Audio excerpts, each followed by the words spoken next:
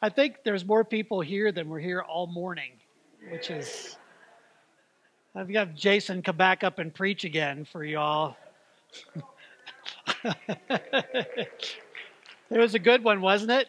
It was fantastic. That was great. Well, I'm gonna pray for us, and then we're gonna dive in here because it's snowing pretty hard, and I know that some of you are looking outside, going, "This is the snow we were supposed to get." So, Lord God, we thank you for this time. We ask that you would bless us as we talk about General Conference. We ask for you to bring your Spirit into this room and make it an open place for all of us. We thank you, God, for the ways that you are moving, and we ask for your grace upon us in the name of Christ. Amen. So Jason's going to control the slides for me back there because for whatever reason our is not working. So so I'll do the old thing, and now I can really see that from here, which is fantastic. Okay, so General Conference was last week, obviously, and I went as an observer and as a reporter for Good News Magazine, so I got literally a bird's eye view of General Conference because I was in the press box. The General Conference took place in the old Edward Jones Dome in St. Louis, which is where the Rams used to play. So it was kind of cool to be up in the press box, but you realize that the press really has lousy seats, because they're about as high up as you could get. And so it was not really conducive to watching the conference up close. At one point, there was music, and it looked like people were dancing. And someone said, "Are they dancing down there?" I said, "Either that or there's a mass seizure." I couldn't tell what was happening from up there. But General Conference, for those of you who don't know our polity very well, General Conference is the only body that speaks for the entire United Methodist Church. And so General Conference meets every 4 years. It's a quadrennial conference.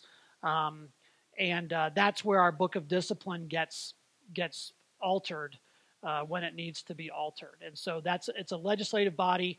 Our church government is modeled after the U.S. government and is just as efficient because we have a legislative branch, which is the General Conference. We have the judicial branch, which is our judicial council, which has 9 members on it, just like the Supreme Court.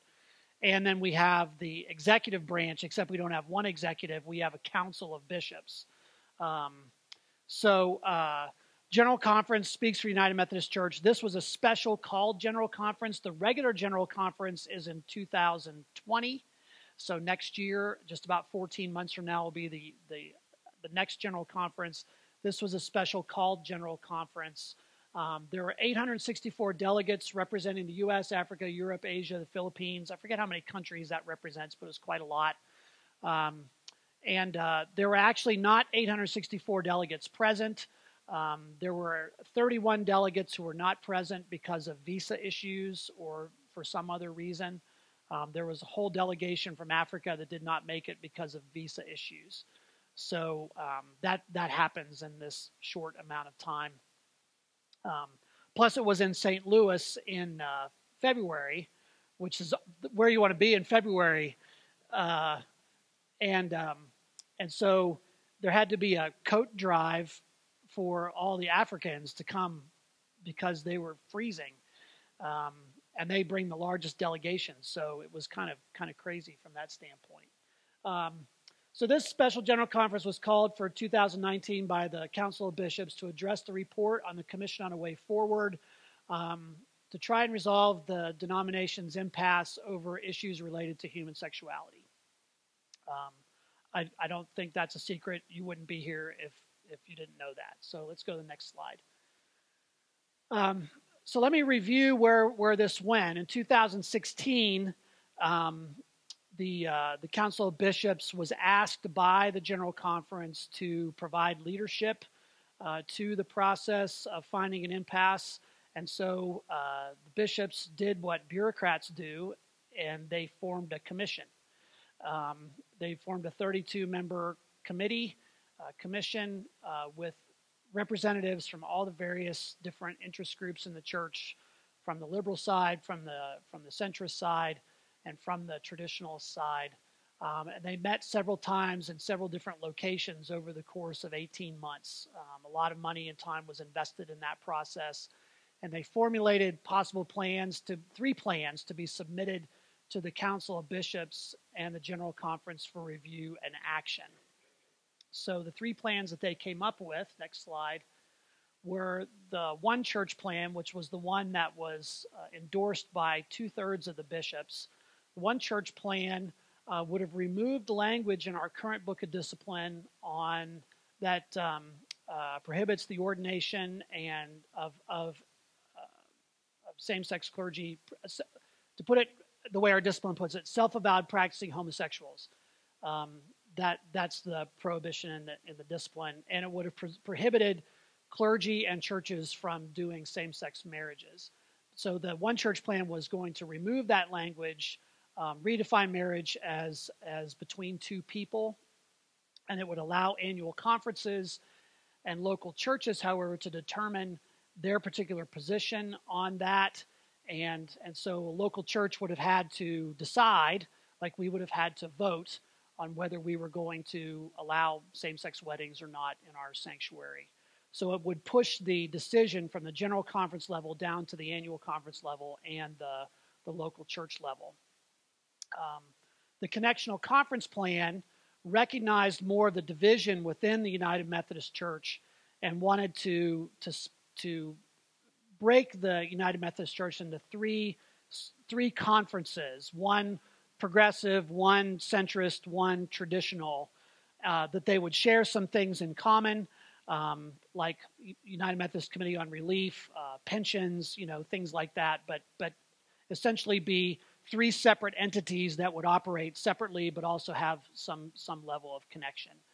And then there was the traditional plan, which actually came very late to the party, because when the bishops received the report from the commission, they did not believe that they needed a traditional plan because that's already the position of the church.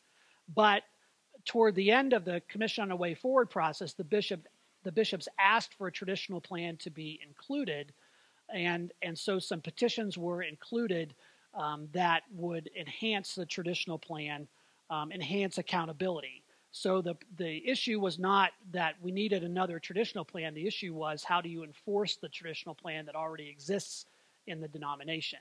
And that was a big part of the process, was trying to figure that out. And you might have heard, how many of you watched any of General Conference? Wow, I'm really sorry. That you need a life. I'm serious. You really do. Usually it goes on for 2 weeks. So, what was I talking about? We were talking about traditional plan, required. So there was an idea to enhance accountability measures to make sure that the discipline was being enforced. That was a big part of this. There were some other petitions that were submitted because the Judicial Council ruled that any petition related to this particular matter before the General Conference could be submitted to the General Conference. So the way General Conference works is that anyone can submit a petition to General Conference. So if you wanted to submit a petition to General Conference, you could do so as an individual. We could submit one as a church. There are lots of different ways petitions get submitted. The way that it normally works is that the first week of General Conference, when it's a regular General Conference, is that the General Conference is broken out into legislative committees. And so certain legislative committees will spool through all of these petitions to weed out the ones that should go to plenary and ones that should not. They'll vote those through.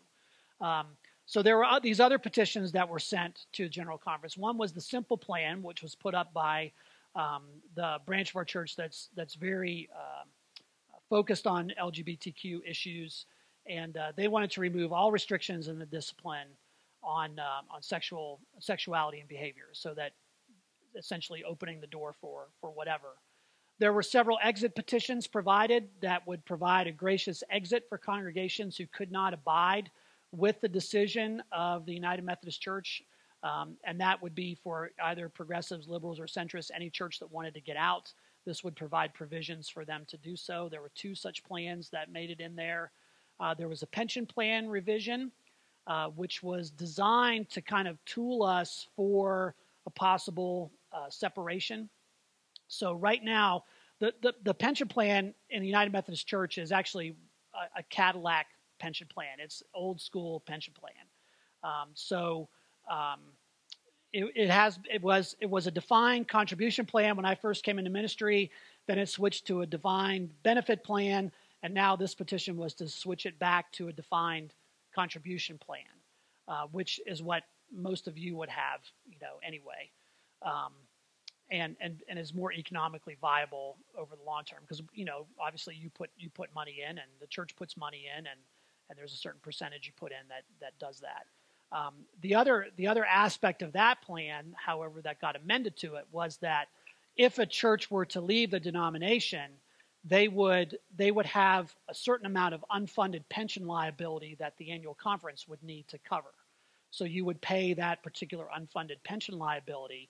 However, the provision was added to this in the legislation that would allow the annual conference to assess additional penalties or monies on top of your unfunded pension liabilities, which would leave it up to the annual conference.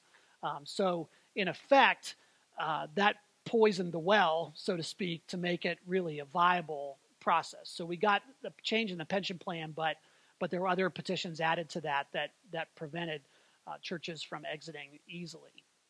And there were a number of other petitions that did not receive much consideration, so I didn't put them up here because they were never really discussed. So the conference schedule was that on Saturday was a full day of prayer and worship. And on Sunday then, this was, I thought, an innovative process because, like I said, normally the General Conference is broken out into legislative committees and they work on things for a week. This particular General Conference was designed so that the entire body functioned as one legislative committee.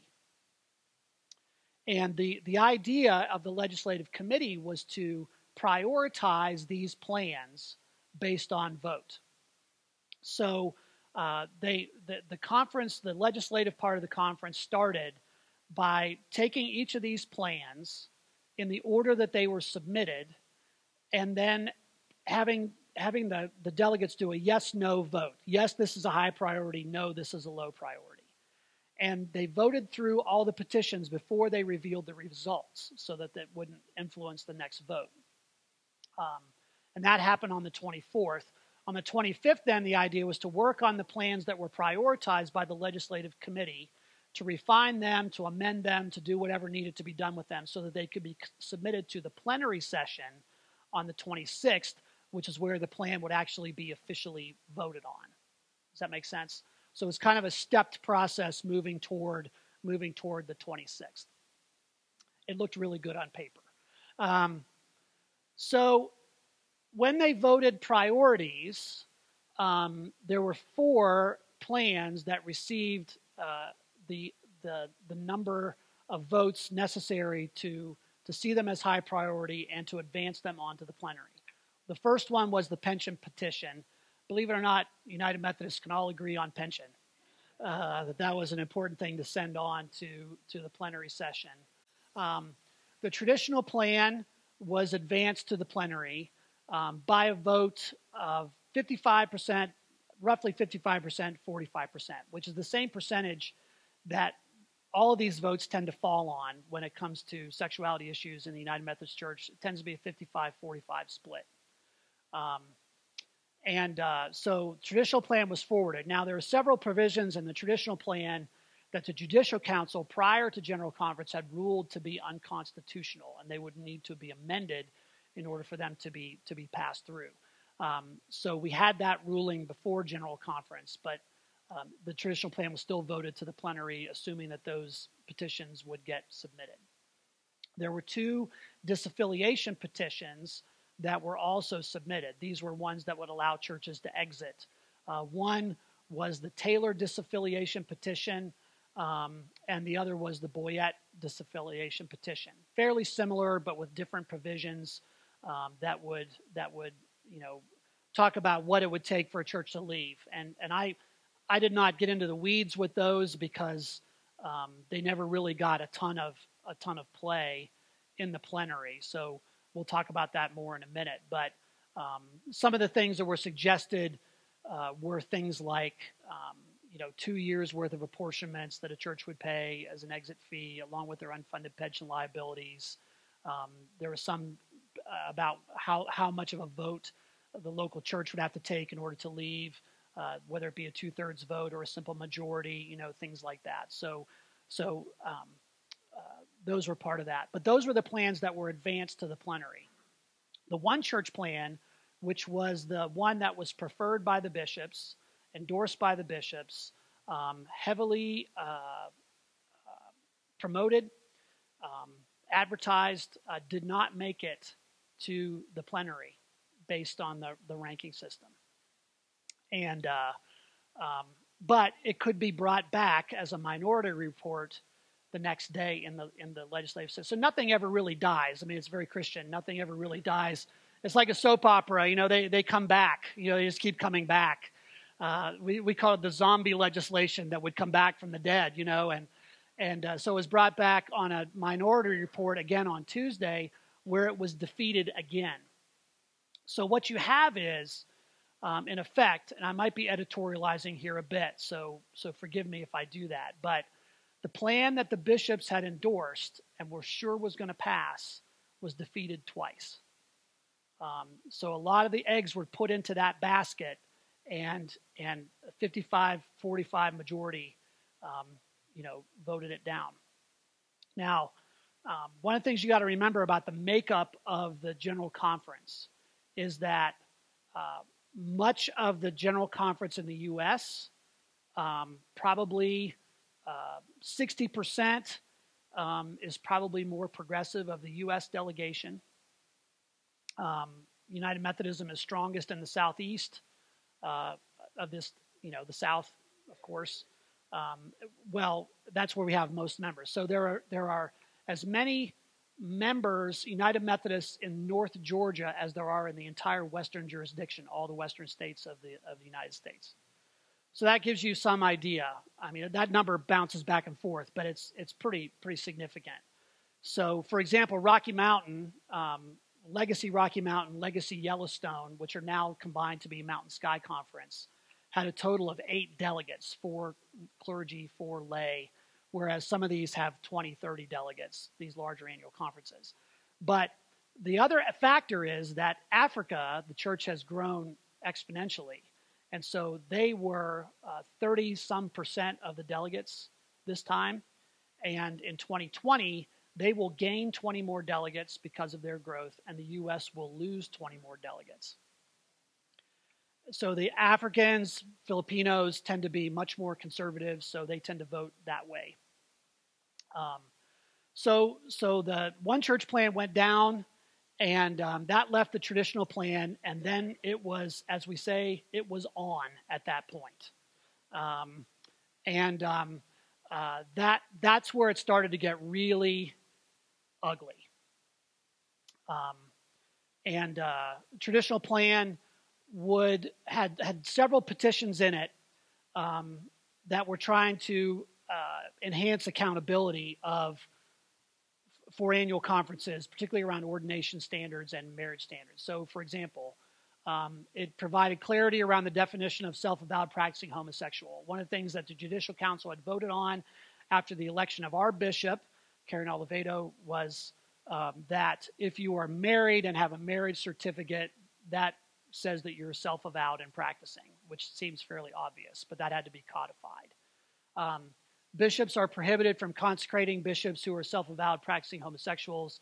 Boards of ordained ministry must certify that they will uphold the discipline when evaluating candidates and certifying them. Minimum penalties were established for clergy who perform same-sex weddings. So the minimum penalty is now you have a year suspension without pay. Second incidence is loss of credentials. It defined the just resolution process more clearly and involves more input from the complainant. If you brought a complaint, for example, it could go to just resolution with the bishop and the person who's being charged. And the complainant before really did not have a lot of say after they've made the complaint. This brings more input from the complainant into the just resolution process. So these are all, kind of accountability measures. Now, there were several parts of the traditional plan that were submitted that were ruled unconstitutional by the Judicial Council. The primary piece around that was accountability for bishops. So right now, if a bishop is brought up on charges, those charges are handled by the College of Bishops in their jurisdiction. So, for example, our bishop brought up on charges is evaluated by her peers in the Western jurisdiction. And that's true for any jurisdiction. So what you have in effect is if you have sort of a monolithic, College of Bishops in your particular area, it's kind of like the foxes guarding the hen house. They don't tend to hold one another accountable. So part of this, and that's true for conservatives or liberals. It doesn't really matter. I mean, it's kind of you're kind of regionally broken out in that way.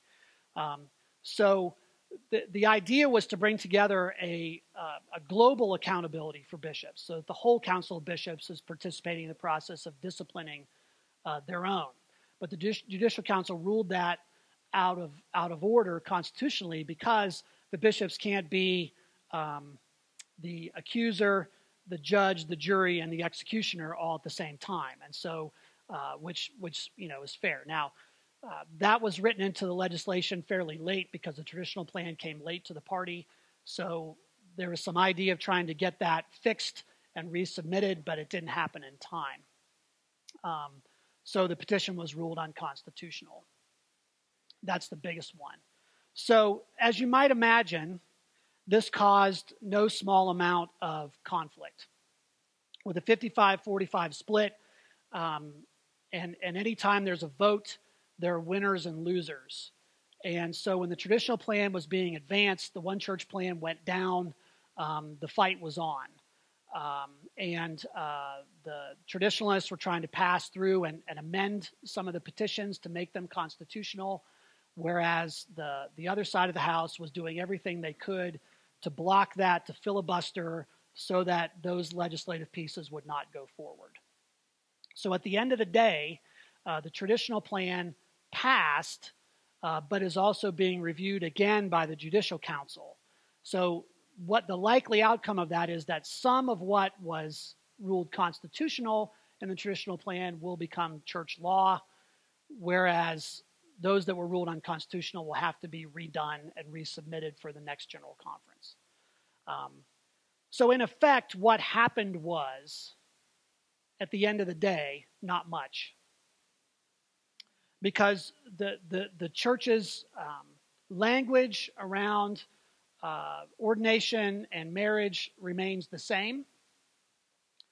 And accountability provisions were passed, but the problem has not been accountability provisions, it's been enforcement of said accountability. And there was no real additional enforcement added to the accountability. So if you ask me as an observer from 7 floors above the General Conference and as a pastor who did not have a vote in any of the proceedings, despite what the paper said this morning, I did not vote for the traditional plan. In fact, I think passing the traditional plan was the worst case scenario. Why? Because it left us in the same place. And it didn't fix the conflict, it intensified it. The optics on it are bad, and so forth. And I had said this in several of the groups that I'm part of, that for me, that was kind of the worst case scenario. It just leaves bad feeling, and there's no additional enforcement around anything. So we basically burned 4 days and several $1 million to come out essentially where we started, which is not a good use of our apportionment dollars that we submit. And so what's going to happen then is that next General Conference rolls around next year, and we'll be right back at this again. So at the moment, what does this mean for us? Nothing. Can you go back one, Jason? Did I miss that? Okay, so here's the fallout. One is that it's very clear that the United Methodist Church has two very different churches trying to act like one church. And I think one of the things that this General Conference revealed was that is actually the case. I think there are a lot of people who kind of had their heads in the sand. I think that the Council of Bishops assumed that they could pass the one church plan, which would make everybody happy, because you wouldn't have to do anything differently if you didn't want to. So, for example, as a minority traditional pastor in a progressive annual conference, they weren't going to make me do something that I was not comfortable with. But at the same time, we would be paying apportionments to an entity that was, so, and plus there was the assumption from many that said that, well, we see the one church plan as a first step to bringing all this to bear. So there was no way that the Africans and conservatives could vote for the one church plan, but neither was anybody excited about traditional plan, really. So we're two very different churches trying to act like one. And there are some issues that you just can't breach. That doesn't mean we aren't Christians. It doesn't mean we aren't in relationship with each other in some way. But as I've put it, there's a reason I'm not a Baptist. I love my Baptist brothers and sisters. I believe they are Christians. We are part of the body of Christ. But I can't do what they do, right? My principle won't allow me to do that. So you're talking about two different sides that when you have a 55-45 split are not really compatible on certain major issues. Some have tried to play it off as a minor issue, but it really is a major issue for a lot of theological reasons. And so passing the traditional plan was a recipe for continuing the conflict and even intensifying it. And if you've seen anything on social media or on the news, you can see that this is really an unmitigated disaster, in my view. The General Conference reflected a deep mistrust of denominational leadership. The bishops pushed the plan.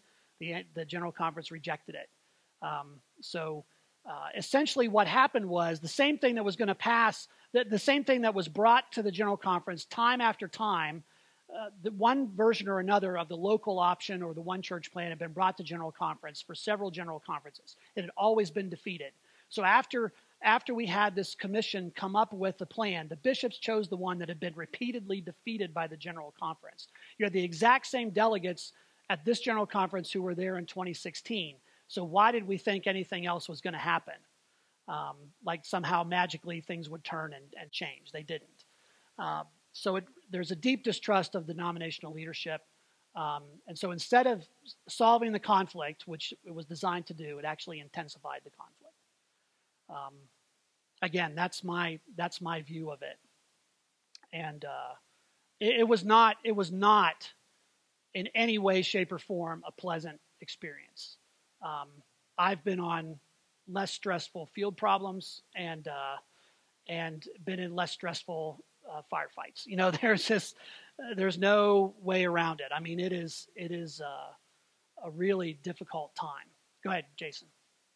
So what does this mean for us? At the moment, not much. Nothing substantial has changed in our polity and discipline. Again, we're sort of where we were 2 weeks ago. We have people on all sides in our church, and some may be hurting, some may be confused, some may be glad. And I would say that I am none of those things and all of those things at the same time. We will continue to love all the people who are connected to TLUMC and love all the people of our community. That hasn't changed either, at all. We will continue to preach, teach, and live the transformational love and grace of Jesus Christ for everyone. I tell people all the time, anyone who will listen, that this is the most welcoming church I've ever served. I've never had to beg people to welcome strangers into our church, regardless of who they were, what they look like, what they were struggling with. We all bring our stuff. Jason did a marvelous job this morning reminding us of that all of us have stuff in our lives that is a pile of, what is it? Rotten cat food and mayonnaise, right? We've all got stuff. And we don't come here because we have it all figured out. We come here because we're struggling together. And that's the message we're going to continue to bring forth. We're here because we need that grace. Go ahead, next one. So some things to consider when you're thinking about General Conference. One is that there are people of good faith on all sides of this. We simply disagree, and it's a sharp disagreement. And if you look at Christian history, even all the way back to scriptures, you see that there are times of sharp disagreement. Abraham and Lot. Remember the story of Abraham and Lot?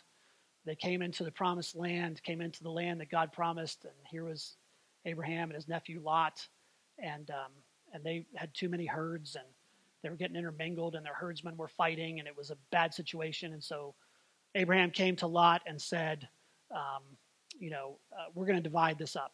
And so you take the land. I'm going to give you first pick. You choose the land that you like. And he went down to Sodom and Gomorrah. And Abraham got the crappy land in the hills. That was their separation. You go to the New Testament, you see Paul and Barnabas, who had done really effective ministry work together. But when they came to another missionary journey, Barnabas wanted to take John Mark with them on the missionary journey. But John Mark had deserted them previously in another place, so Paul did not want to take John Mark along. And so Acts says that a sharp disagreement arose between them, and then they separated. And the mission actually expanded because they separated. So we do not look at people on the other side of these things as evil. There's a lot of ad hominem attacks going on in the media and in other places. But as one of my friends loves to say, and I love this saying, there's very little traffic on the high road. Always take it, because you won't bump into a lot of people there. And so that's how we're going to operate. At least that's how I'm going to operate. We're going to take the high road. And so our actions and dialogue must always be filled with grace.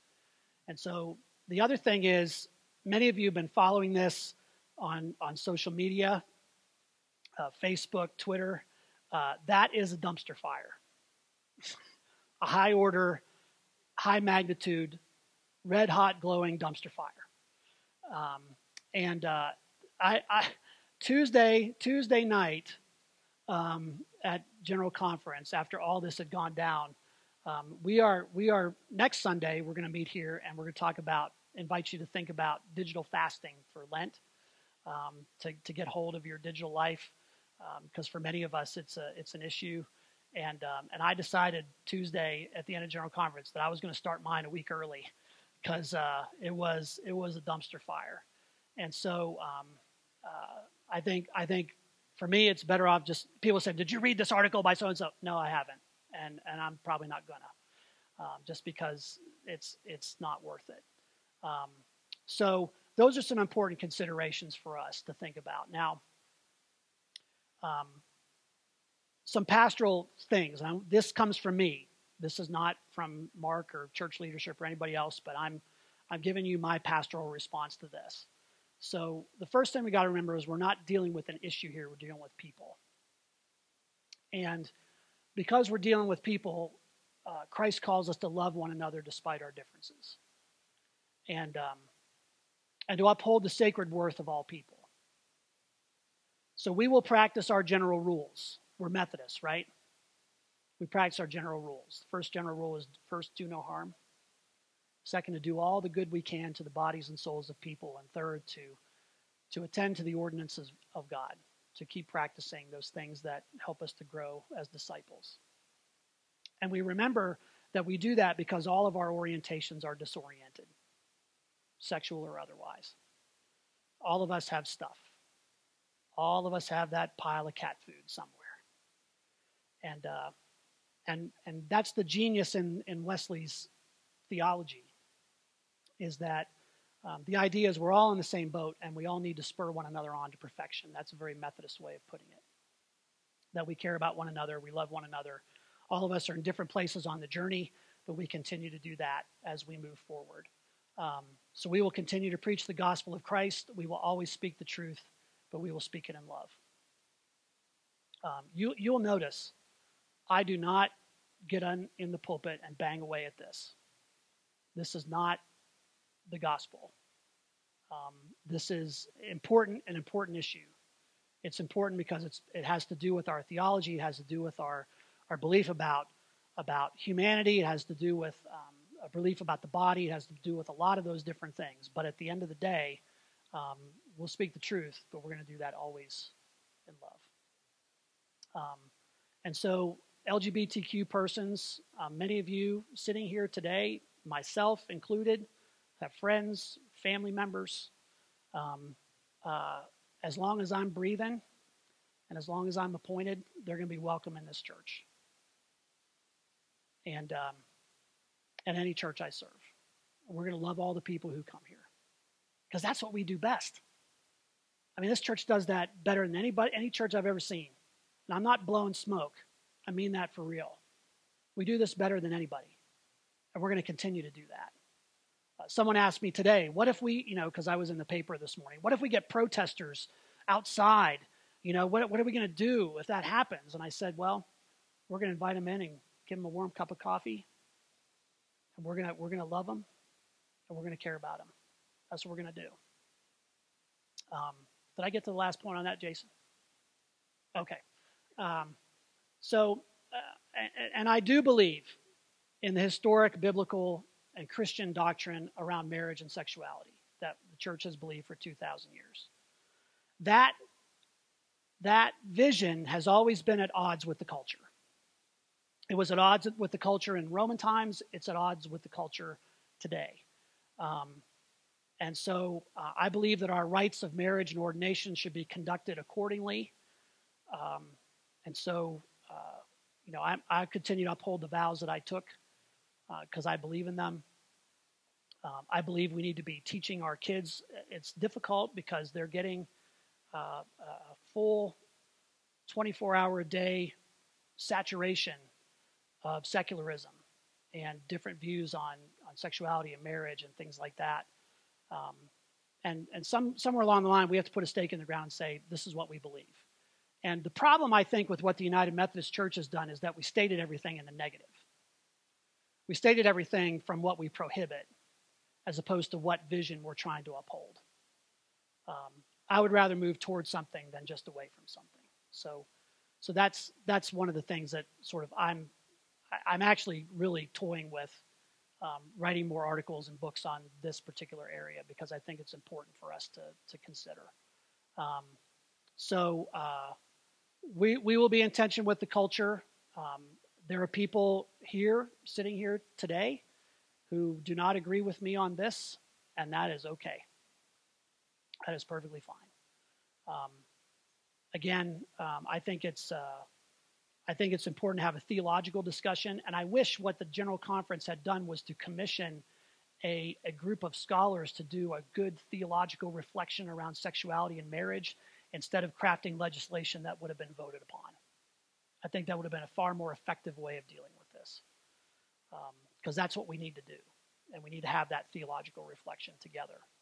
So that said, I think that the United Methodist Church needs to have some sort of separation, a negotiated separation. I'd like to say amicable separation, but I think negotiated is probably more accurate because the conflict is damaging our witness in the world. We've reached a Paul and Barnabas moment that for the sake of the mission, I think we need to see where we can go from here. And I actually have had some conversations in the last couple of days, even just this morning via email, with some of my progressive friends here in the annual conference who we want to meet together and start talking about where do we go from here, and how do we bless one another in ministry and stop the fight, and to bless one another and to support one another in whatever way that looks like. So I recognize we have people in our congregation who disagree. Disagreement's always part of community life. As one of my friends says, wherever you have two Methodists, you have three opinions and then a potluck. I think that's absolutely true. So the key will be to disagree in a way that honors one another without disparaging. And so we always have to assume the best of everyone. Again, there's very little traffic on the high road. And that's what we're going to take. We'll continue to function with honor and integrity as a church, even when others may not. We will continue to fulfill our obligations and promises. Some people have said, Pastor Bob, conference is not doing its job. We need to withhold our apportionments. I disagree. There is no reactivity that will damage our witness more than if we, because we're sending a message. What kind of message are we sending? We're gonna act with integrity. Now, I don't have a vote on the church council, so church council makes those decisions. But I'm going to advise them to keep doing what we've been doing.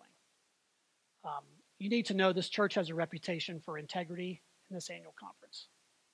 Even though most of the clergy and churches in our annual conference don't agree with where I'm at, one thing they can never say is that we act out of bounds. And that's a reputation I want to keep. And so I have scheduled a meeting with the bishop and the cabinet, all the district superintendents. At my initiative, I wrote to the bishop before the end of General Conference, and I said I'd love to have a conversation about where we go from here. I want you to hear from the minority. I speak for myself, but I want to see where we can go from here, because the current situation is not tenable, and to see what kind of coalition we can bring together, so that when we come to 2020, we've got a way to bless one another in ministry that doesn't do any more damage. At the end of General Conference, there was a large contingent of protesters that kept chanting, "Stop the harm, stop the harm," and I couldn't agree more. I think that's what we got to do. So I will have that meeting on Thursday. I'm looking forward to that. I have a couple of other pastors who are joining me, who are more traditional, but I'm glad the bishop. And let me say this about our bishop. I know that she's very controversial and all of that, but I will say this about her: she has been very gracious to me and to those of us on the traditional side. She knows we don't agree with her, but she has acted with grace and integrity toward us, much more so than previous bishops that we have had, who have been openly hostile. And so I'm glad to be able to have the conversation with her around these things, and I think it will bear some fruit. And so I do that, and I will let you all know how that goes. But my pledge to you is to continue to lead to the best of my ability, recognizing our varying perspectives and our common mission. I want us to stay together. I know that some people, when these things happen, there's a knee-jerk reaction that takes place in the immediate aftermath that says, I don't know if I can stay. I'm begging you to, because I think we're doing great work together. And I think at the end of the day, for most of our people, what happens at the annual conference level and the general conference level, it does not even reach their radar screen, because all they care about is when they come here, they have a place where people love them, they hear the word of God, and they're doing something that matters for God's kingdom. And I think that's what we got to maintain. So I want us to do that, to work together, to move into the future together, whatever that future may be. And we'll cross that bridge when we come to it. But day-to-day operations here at Tri-Lakes United Methodist Church shall continue. We will continue to march as previously ordered. That is my intention.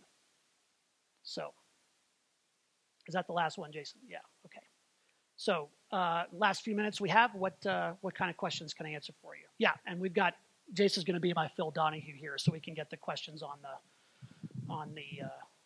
video. We're going to post the video and the slides on the website, so you can share that with other people who may not have been able to be here. Yes? Yeah, thank you. I have two questions. Did you get the impression that anybody is going to leave the church with grace as a result of this, or is it all just a stalemate for 2020? And then the second thing is, you have 9 bishops on the General Council, is that correct? No, it's more like, I don't know, 50? something like that. It's a lot. Is that reflective? Do they also have that 55-45 split that you keep talking about? The bishops probably have more like a 60-40 split. Traditional Progressive. Yeah. Progressive? Yeah. Yeah. Okay. Yeah. And so the first question, is anybody going to leave as a result of this, or are we just waiting for 2020 again? Yeah, so some churches have already left the denomination prior to General Conference. Some large churches in the South, very few, but a few have done so. The issue is you can't just we couldn't just sit here and say we're going to call a church conference, we're going to vote, and we're going to leave the denomination, because we have what's called the trust clause, which says that even though we pay for the building, even though we put in all the money, we have all the assets, all of it belongs to the annual conference. And so if we said tomorrow we wanted to leave the denomination, they would say, great, feel free to do that. Just turn out the lights and give us the keys and the checkbook, because they actually have it. So it's a negotiated, right now it's negotiation with an annual conference. And when the Episcopal Church went through this a few years ago, there was incredible litigation and stuff like that, where there are still all over the country old Episcopal churches that are sitting empty because they went to war. They went to war over it. And I think what we're hoping for, well, what I'm hoping for is that we can come to an agreement on exit that doesn't cause that kind of financial hardship and litigation and bad feeling between the separating parties. So in that sense, I think that's why we're waiting for 2020. Yeah. Other questions? Rick? Were either the gracious exit petitions ultimately approved, or what came out of those? Well, we got to the Taylor petition, and this is the one where some people were like, Pastor Bob, why didn't you do an update on the last night of General Conference? Where was your video? It's because I had no idea what had just happened. I don't think anybody did. To this day, I still don't know exactly what happened with that petition. Part of it was ruled unconstitutional. And so what the Judicial Council did with the exit provisions was they applied a paragraph from the discipline. I believe it's paragraph 41, which is a paragraph that is really designed for churches that are leaving one annual conference to go to another, which is not the case here. You're talking about leaving the denomination. But in order for a church to transfer from one annual conference to another, it has to have a 2/3 vote of a called church conference. So 2/3 of the people would have to vote. And then the annual conference session would have to vote 2/3 approval for that church to leave as well. So with that hurdle, that makes the exit provisions a bit unwieldy. Although, why would you leave at a 51-49 vote? That makes, that division of the House. Mark will tell you, when we do votes and stuff at church council and whatever here, it's always consensus. I mean, we never get into this. If you're getting in a 50-50 split, you got a problem, and that's not going to work. So 2/3 is actually a good marker, but there are a lot of other financial provisions. The basic problem is, right now there's not one exit path that applies to everyone. Every annual conference has their own, and most of them are not going to give you one. So the Taylor petition still has to go to the Judicial Council for washing and review, and so we still don't know exactly what that looks like. At least I don't know exactly what that looks like. There may be others who know better than I do, but we never got to the Boyette disaffiliation petition, so it wasn't voted on. The clock ran out. It ran out, ironically. We had to stop it exactly at 6:30 because at 6:30, they started bringing in dirt for a monster truck rally into place. Can you think of a better metaphor than that for General Conference? We're gonna now pour dirt all over this sucker. We're gonna bury it. I thought that was so apt. It was unbelievable. So anyway.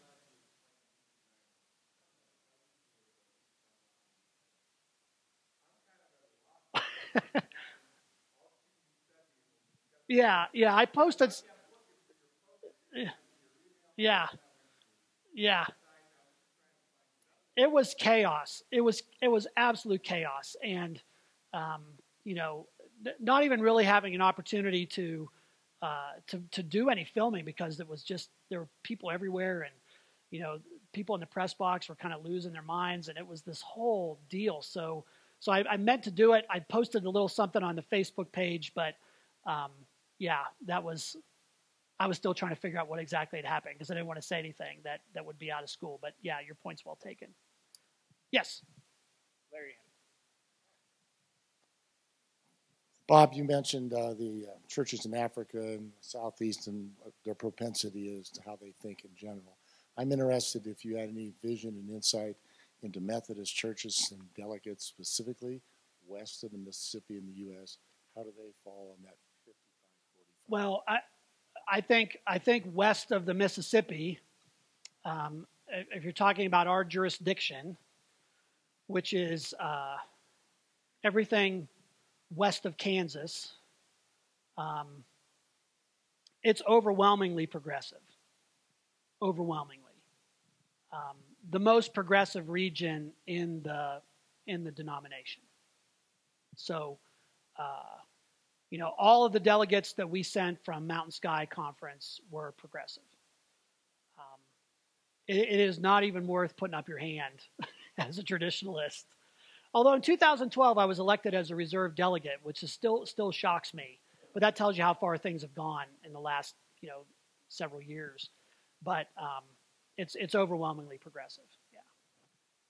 Yes.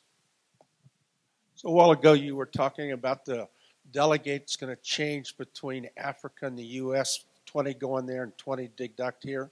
So does that increase it to 60-40 split, 70-30 split? It might. By becoming more conservative as it moves out of the U.S.? It's hard to say, Tim, because delegates will be elected again from their annual conferences this year. So this annual conference in June will elect delegates for the 2020 General Conference. So it all depends, like who's going to get elected in Mountain Sky. That's a given. It's going to be a progressive delegation. But in some annual conferences, they're very split. So like West Ohio, for example, is almost split 50-50 down the middle. So their delegate elections for General Conference are dogfights. So how many delegates come out of those? Does this sound familiar? This sounds like everything you hear on the news every single day.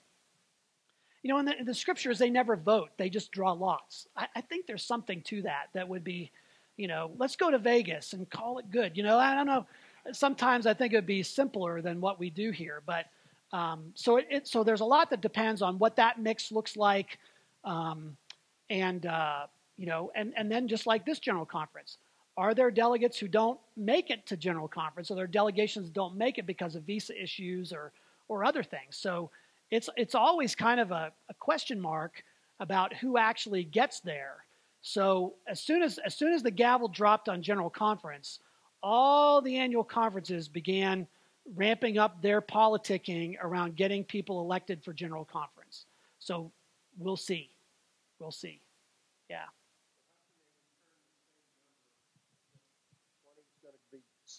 How can they return the same number if 20 is going to be taken from the U.S. and go someplace else? It won't be the exact same number because it's based on membership.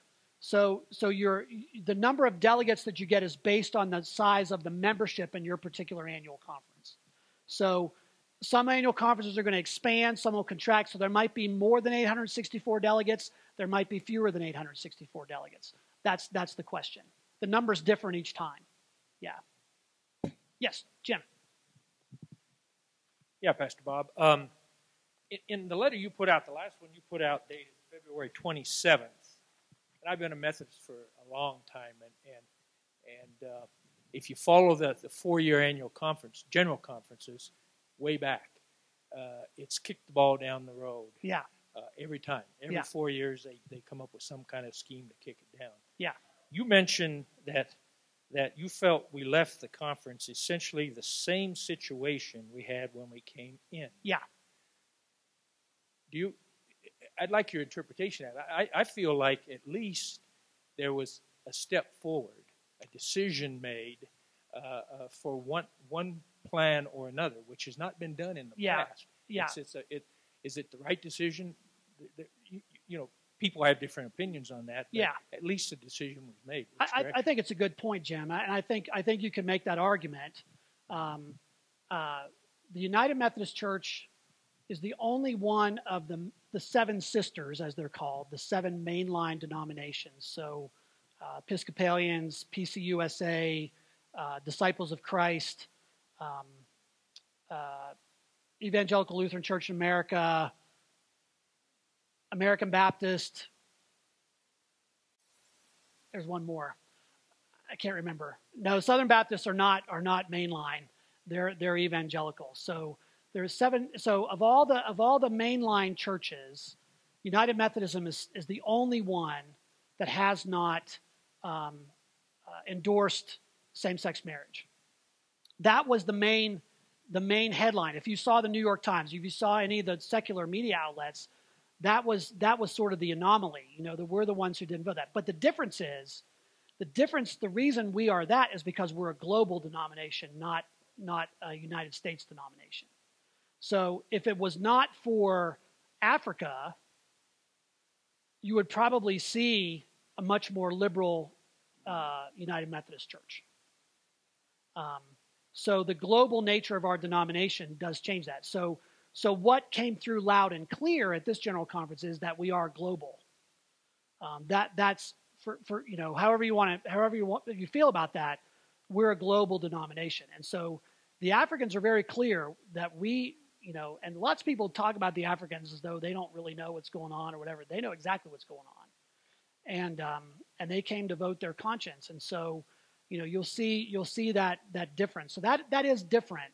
But the question is, this is the Bob Kaler editorial position. Okay, so the question is, among conservatives, is do you now stay and fight to take control of the denomination, or do you go for separation so that you can create something that is different and new and vital and moves towards something, not just away from something?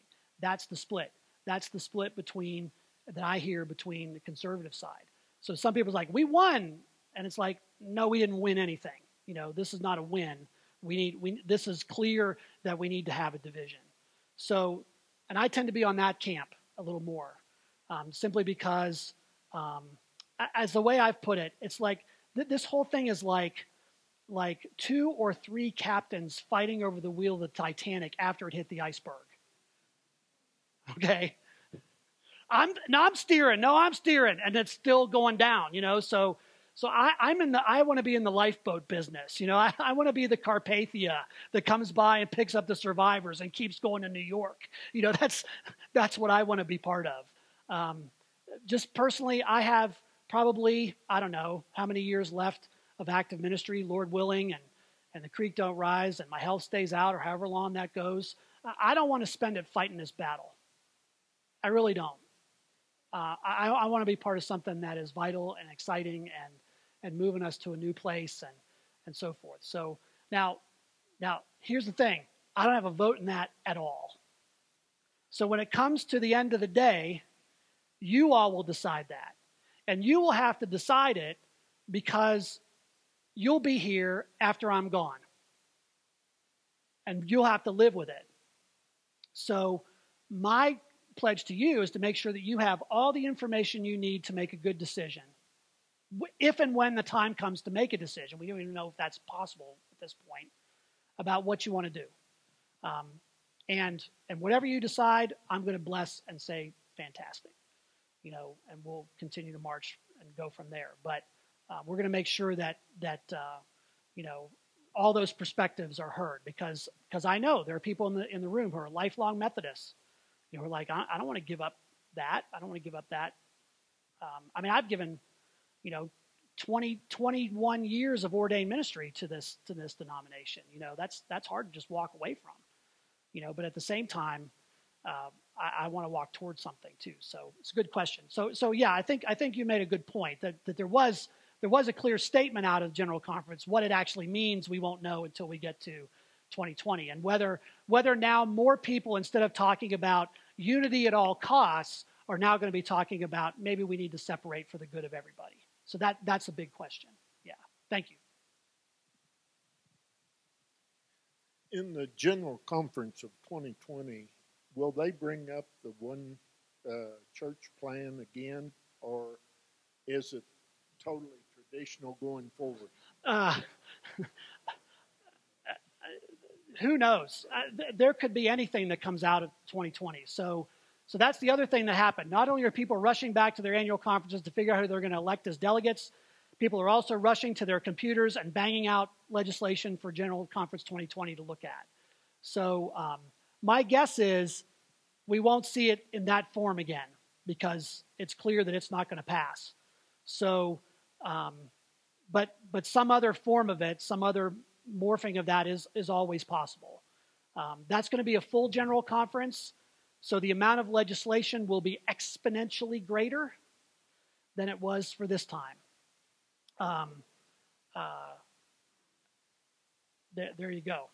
So at this point, anything is possible. Anything is possible. Take one or two more. Yeah, Jay.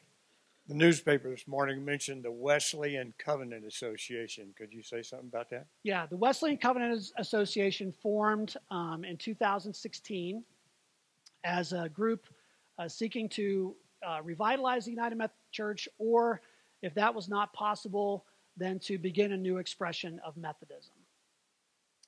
Full disclosure, I am on the council for the Wesleyan Covenant Association.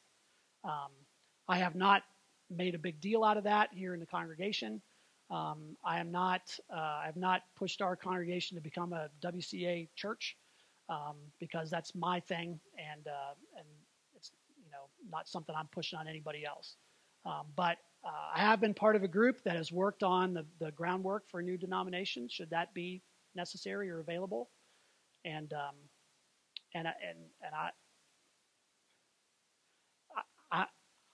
I would be excited to be part of it. Let's put it that way. But that's not where we are right now. So I was at General Conference 2 extra days because we had a WCA council meeting after General Conference to decide how to react to General Conference. Had the one church plan passed, we probably would have announced that we were starting a new denomination. Whether you all came along with that, that's your decision. But we decided not to because the traditional plan passed. So we're continuing to work towards 2020. So yeah, you can look up what the Wesleyan Covenant Association is about. WesleyanCovenant.org is the website. If you want to find out more about it, I'd be happy to have coffee with you and talk about it if you want to know more about it. But it's not something I've been pushing real hard. It's just something I've been part of and investing for, mainly because I want to at least have a possible future for this church.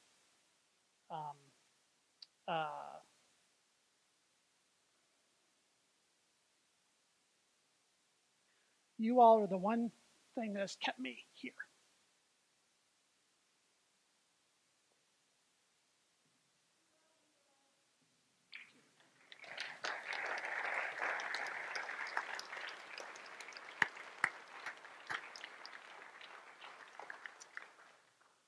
Any other questions?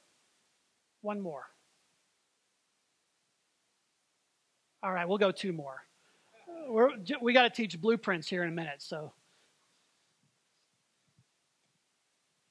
Bob, has there ever been acknowledgement for the size of the community in the spotlight? Have statistics been thrown out that, X percentage of the current population is LGBTQ, or is it more about that they're outside the door and they want to come in, they just don't feel welcome yet? Yeah, that's a great question. Statistically, you hear anything from 1 to 3% of the population or something like that. I don't know what the number is, and I think the important thing to talk about here is that there's a difference between rights, RIGHTS, and rights, R-I-T-E-S. LGBTQ rights, R-I-G-H-T-S, have been advancing. That's fairly clear. Obergefell in 2015, gay marriage, all of that now legal. I have no desire to take away anybody's rights. I think, the culture can decide its definition of marriage. The government can decide what its definition of marriage is.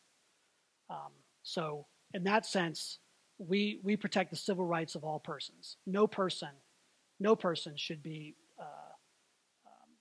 treated poorly, be subject to violence, be subject to verbal abuse, be subject to any of that kind of stuff. We believe that. I believe that absolutely. Over here, when we're talking about rights, R-I-T-E-S,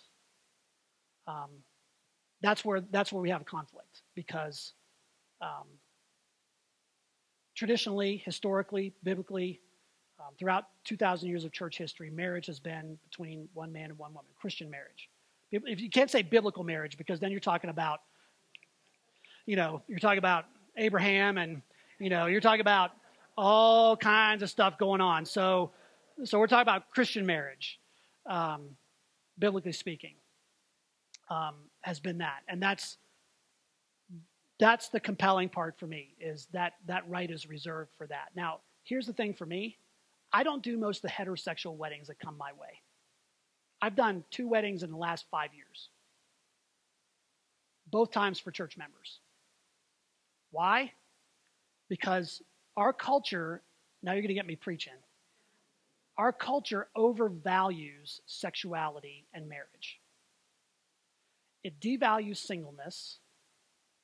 It devalues a lot of other things. We overvalue sexuality. We've been doing it for a long time. Sexual revolution of the 60s certainly brought that to the forefront. We've overvalued that. We said that this is the key to fulfillment in life.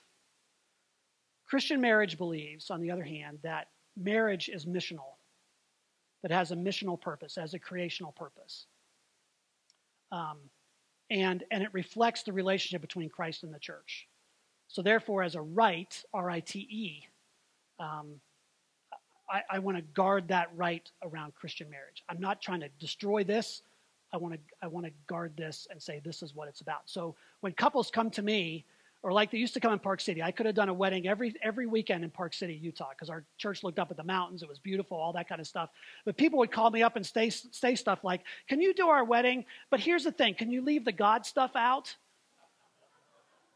No. And I would ask them, "Are you part of a church?" Well, no. Do you plan on being part of a church? No. Then why do you want a Christian wedding? Because your building is pretty. No. And I would turn those down. Cohabitation. There are lots of issues around those kinds of things. Look, if to go back to your question, so if 3% of the population is LGBTQ, that's one level of issues. Let me tell you what the other 97% of people deal with. Porn, adultery, all kinds of other stuff.